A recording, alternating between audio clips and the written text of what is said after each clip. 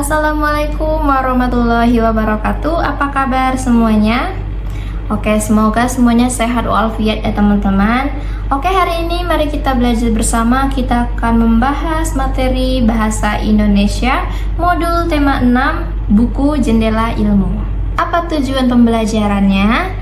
Yang pertama, para peserta didik itu dapat memahami pentingnya membaca buku. Dan para peserta didik juga dapat mengidentifikasi informasi penting dalam teks bacaan. Dan peserta didik juga mampu menyampaikan kembali isi buku yang dibaca. Dan para peserta didik juga dapat menumbuhkan minat baca melalui berbagai kegiatan literasi. Oke teman-teman, mengapa baca buku itu penting?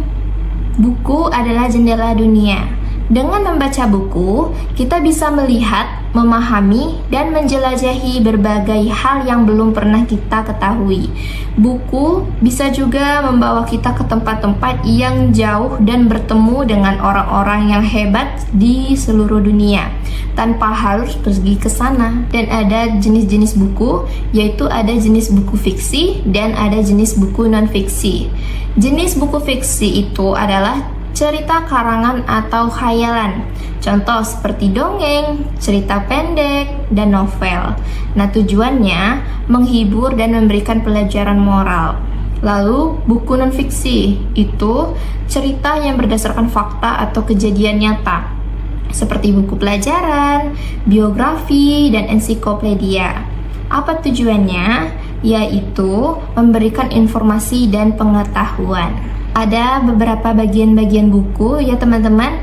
Yang pertama itu ada sampul, bagian terluar yang melindungi buku. Nah, di sana ada judul buku, ada nama penulis dan penerbit. Lalu ada daftar isi, itu halaman yang memuat susunan bab atau topik yang ada di dalam buku beserta nomor halamannya. Lalu ada isi buku, itu bagian utama yang berisi seluruh tulisan atau cerita. Lalu ada penulis, yaitu orang yang menulis buku tersebut. Dan ada penerbit, yaitu perusahaan yang mencetak atau menyebarkan buku yang dihasilkan oleh penulis. Lalu kita bisa mengidentifikasi informasi dari buku non-fiksi. Nah, bagaimana cara mencari informasi penting?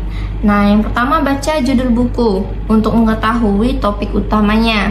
Lalu kita lihat daftar isinya untuk menemukan topik yang kita cari. Lalu baca isi buku dengan seksama untuk memahami detail informasi. Lalu temukan kata kunci atau ide pokok dari setiap paragrafnya. Mari kita latihan untuk mencari informasi. Ini judul bukunya dan daftar isinya. Pertanyaannya, di halaman berapakah kamu bisa menemukan informasi tentang suku asli Amazon?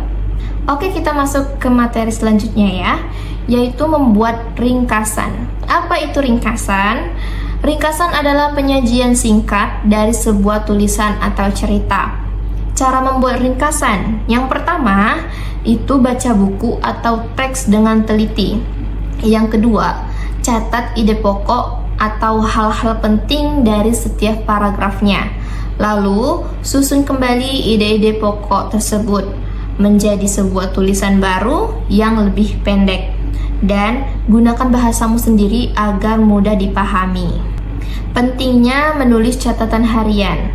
Catatan harian adalah buku kecil untuk mencatat peristiwa, perasaan, atau ide yang kamu alami setiap harinya. Manfaatnya apa? Melatih kemampuan menulis, lalu menjadi pengingat akan hal-hal penting dan membantu kamu mengekspresikan perasaan.